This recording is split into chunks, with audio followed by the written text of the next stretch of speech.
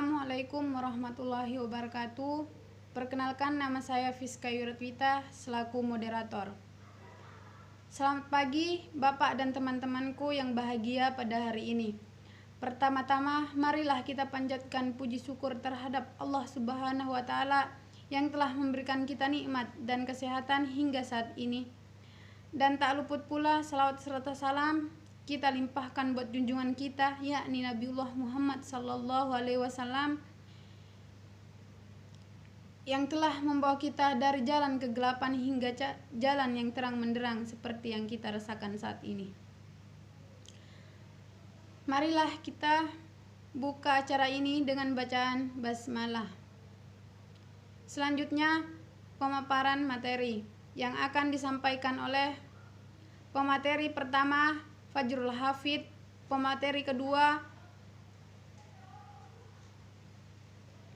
Hanif Rasidi, pemateri ketiga Faisal Islami, pemateri keempat Fitrozikul Umar, dan pemateri yang terakhir Doni Nur Hamzah. Assalamualaikum warahmatullahi wabarakatuh. Sebelumnya saya berterima kasih kepada moderator yang telah memberikan waktunya kepada saya untuk mempresentasikan makalah kami yang berjudul Teori Kecerdasan Jamak. Baiklah, saya Fajrul Hafid, saya adalah pemateri pertama yang akan menjelaskan tentang pengertian kecerdasan jamak. Yang mana kecerdasan jamak itu merupakan salah satu faktor utama yang menentukan sukses dan gagalnya peserta didik dalam sekolah mereka. Tahun 1983, Howard Gardner, seorang tokoh pendidikan yang berkebangsaan Amerika, menulis buku yang berjudul Frames of Mind, The Theory of Multi-Intelligence. Pemikiran Gardner dalam buku ini telah sukses mendobrak mindset kaku mendunia pendidikan pada waktu itu. Dia berhasil mendobrak kakunya mindset pendidikan pada waktu itu. Melalui buku itu, Gardner memberikan pandangan bahwa tidak ada anak yang tidak cerdas. Setiap anak memiliki kelebihannya sendiri, dan kecerdasan logika bukanlah satu-satunya kecerdasan yang dimiliki oleh manusia. Maksudnya bagaimana? Bahwa kecerdasan setiap anak itu memiliki kecerdasan mereka dalam bidangnya. Baik itu dalam melukis, baik itu dalam musik, itu merupakan suatu kecerdasan menurut Gardner. Kata multiple intelligence itu terbagi menjadi dua, yaitu yang pertama multiple. Multiple artinya jamak atau banyak. Sedangkan kata yang kedua yaitu intelligence. Intelligence itu artinya apa? Artinya ialah kecerdasan. Arti intelligence kecerdasan. Dalam Kamus Umum Bahasa Indonesia Surain 2010 yaitu kesempurnaan perkembangan akal budi seperti kepandaian, ketajaman pemikiran. Intelligence juga merupakan istilah yang sulit untuk didefinisikan hingga menimbulkan pemahaman yang berbeda-beda di antara keilmuan. Gardner menyatakan bahwa kecerdasan merupakan kemampuan untuk menyelesaikan sebuah masalah, menciptakan produk-produk yang baru, menciptakan produk-produk yang berharga dalam suatu lingkungan atau dalam suatu masyarakat. Ia memiliki pandangan yang pluralistik mengenai pemikiran. Howard Gardner pula mengemukakan bahwa titik tekan teori kecerdasan jamak adalah kemampuan untuk menyelesaikan masalah dan menciptakan suatu produk-produk yang baru dan berharga. Itu menurut Gardner.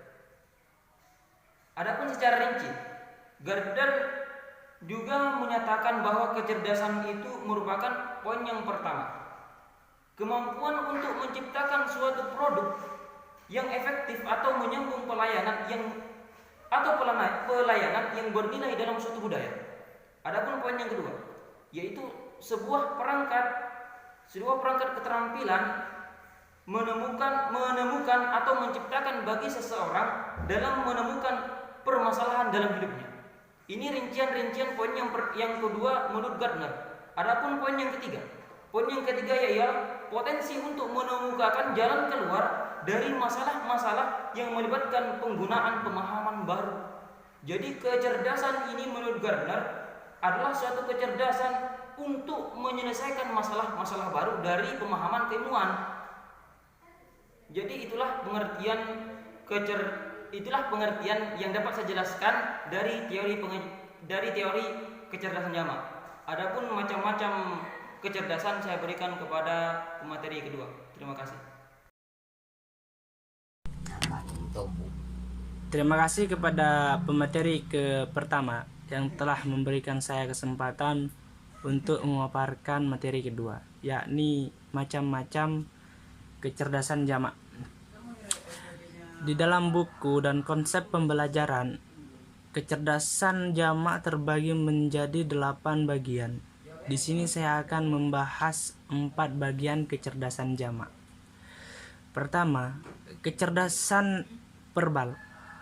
Bentuk kecerdasan ini dinampakkan oleh kepekaan atau makna dan urutan kata, serta kemampuan membuat beragam penggunaan bahasa untuk menyatakan dan memaknai arti yang kompleks. Poin kedua, kecerdasan logika ataupun matematika. Bentuk kecerdasan ini termasuk yang paling mudah dan diukur kecerdasan ini sebagai pikiran analitik dan sains, dan bisa dilihat dalam arti sains, programmer, komputer, akuntan, banker, dan tentu saja ahli matematika. Poin ketiga, kecerdasan spasial atau visual. Bentuk kecerdasan ini umumnya terampil menghasilkan imaji mental dan menciptakan representasi grafis. Mereka sanggup berpikir 3 dimensi, mampu menciptakan dunia visual. Poin keempat, kecerdasan tubuh atau kinestetik. Bentuk kecerdasan ini memungkinkan terjadinya hubungan antara pikiran dan tubuh yang diperlukan untuk berhasil dalam aktivitas seperti menari, melakukan pantomim, berolahraga, seni bela diri, dan memainkan drama. Mungkin itu saja yang saya bisa sampaikan. Mohon maaf kurang dan lebihnya. Saya serahkan kepada pemateri ketiga.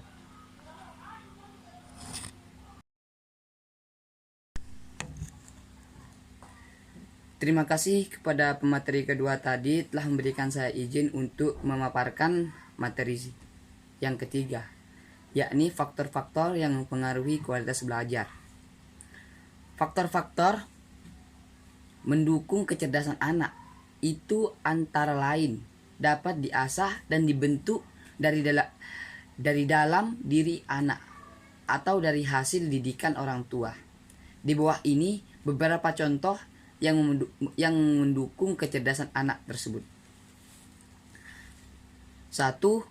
Motivasi adalah bagaimana cara orang tua untuk memberi semangat kepada anak agar mereka mau belajar. Karena tanpa hal tersebut, maka anak akan menjadi pribadi mudah menyerah dan putus asa, sehingga anak menjadi malas untuk belajar. Kedua, intelektual kontinu adalah kemampuan seorang anak untuk belajar menggunakan kepintaran otak kiri dan kanannya. Setiap anak mempunyai EQ yang berbeda tergantung dari latihan-latihan dan kemampuan otaknya untuk menyerap pelajaran yang masuk. Ketiga, EQ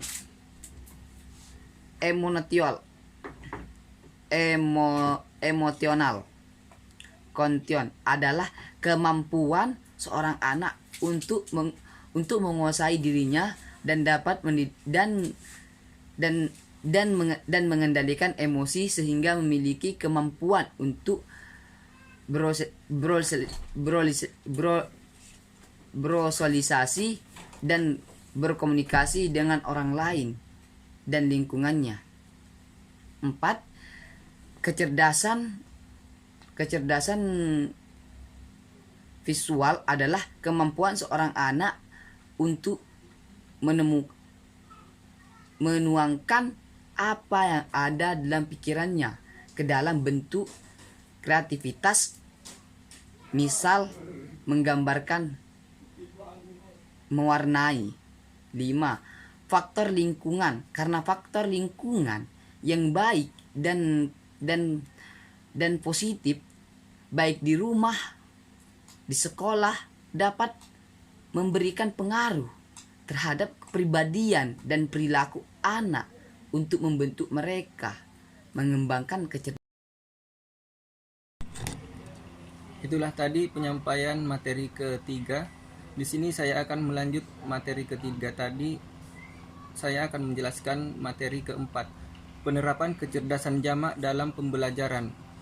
Munif Chatib menjelaskan dalam hal yang terkait dengan masalah pembelajaran berbasis multiple intelligences bahwa terdapat 3 jenis yang dilakukan dalam pembelajaran yang berbasis kecerdasan majemuk tersebut, yaitu di sini saya akan menjelaskan 2 poin saja, selanjutnya akan dilanjutkan oleh Saudara Doni.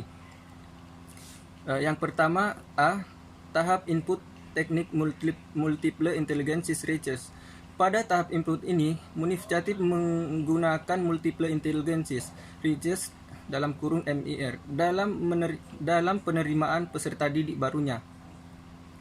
Proses penerimaan tersebut dilakukan dengan menggunakan sistem kuota, artinya apabila sekolah ini berkapasitas 100 peserta didik dalam penerimaan peserta didik barunya, maka ketika pendaftar telah mencapai 100 peserta didik, pendaftaran akan ditutup. Jadi sekolah ini tidak menerapkan tes seleksi masuk dalam penerimaan peserta didik baru. Kemudian Intelligence Research MIR adalah semacam alat riset psikologis yang mengeluarkan deskripsi kecenderungan, kecerdasan majemuk anak dan gaya belajarnya.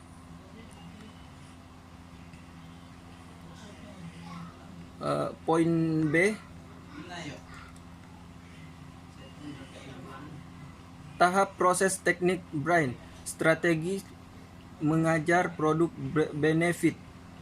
Pada tahapan yang kedua adalah tahapan pada proses pembelajaran di mana nantinya gaya mengajar gurunya harus sama dengan gaya belajar peserta didiknya. Pada tahapan yang kedua adalah tahapan pada proses pembelajaran di mana nantinya gaya mengajar gurunya harus sama dengan gaya belajar peserta didiknya. Pola kerjasama yang harus diketahui oleh guru adalah proses pembelajaran yang bersifat dua arah. Pada hakikatnya adalah dua proses yang berbeda. Proses pertama, guru mengajar atau memberikan presensi, dan proses kedua yaitu peserta didik belajar atau peserta didik beraktivitas. Sekian dari saya. Selanjutnya akan dipaparkan oleh Saudara Doni. Terima kasih. Bismillahirrahmanirrahim. Saya Saudara Doni Ramja akan melanjutkan dari pembahasan Mas Fitraji tadi, yaitu saya akan memasuki kepada poin C, yaitu tahap input. Tahap input ini merupakan tahap yang terakhir dari ketiga tahap yang penting. Pembelajaran multiple intelligence di sekolah pada input adalah proses pembelajaran dari proses pembelajaran dalam pembelajaran berbasis multiple intelligence ini. Maka penilaiannya yaitu dengan cara menggunakan penilaian autentik. Penilaian autentik ini adalah sebuah penilaian terhadap sosok utuh seseorang peserta didik yang bukan diukur dari segi kognitifnya saja, melainkan juga diukur dari segi afektif dan psikomotorik peserta didik. Penilaian dalam pembelajaran berbasis multiple intelligence dilakukan dengan penilaian autentik. Penilaian autentik ini menganut konsep yaitu perkembangan hasil pembelajaran peserta didik yang diukur dari perkembangan peserta didik itu sendiri. Sebelum dan sesudah mendapatkan pembelajaran ataupun materi, perkembangan peserta didik yang satu tidak boleh dibandingkan dengan peserta didik yang lainnya. Oleh karena itu, penilaian otentik tidak mengenal ranking tidak mengenal ranking, hanya peserta didik tertentu saja yang dihargai oleh guru, sedangkan peserta didiknya tidak dihargai oleh guru.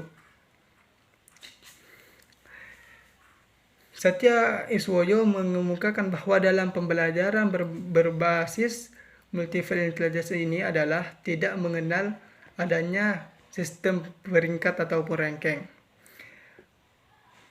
Sebuah peringkat untuk anak, maka semua peringkat harus ada pada dari peserta didik dengan cara mengkategorisis bidang, misalnya kategori peserta didik dalam bidang disiplin.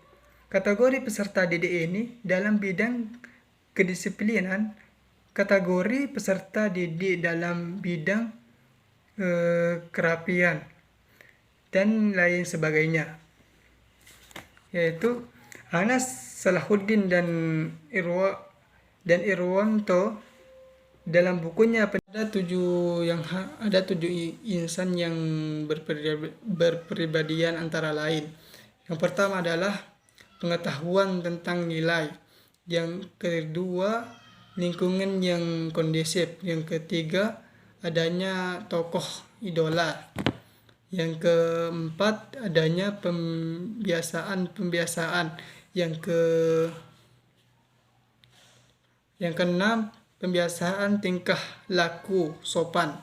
Yang ketujuh, pembiasaan hidup bersih dan tertib.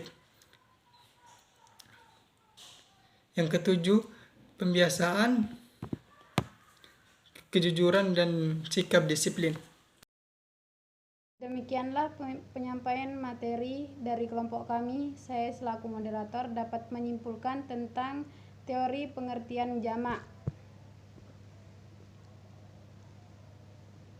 Kita dapat menyimpulkan bahwa kecerdasan jamak merupakan berbagai jenis kemampuan yang dimiliki anak sebagai dasar dalam pengembangan diri. Kecerdasan jamak terdiri dari 8 kecerdasan, yaitu kecerdasan cerebral linguistik, logis matematik, visual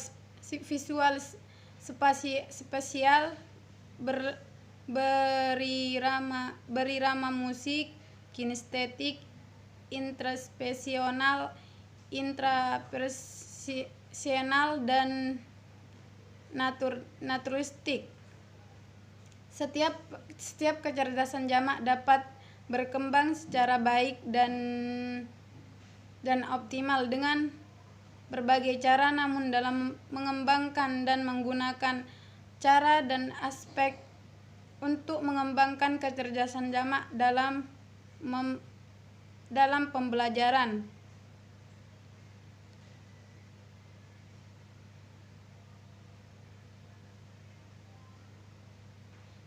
Selanjutnya acara penutup.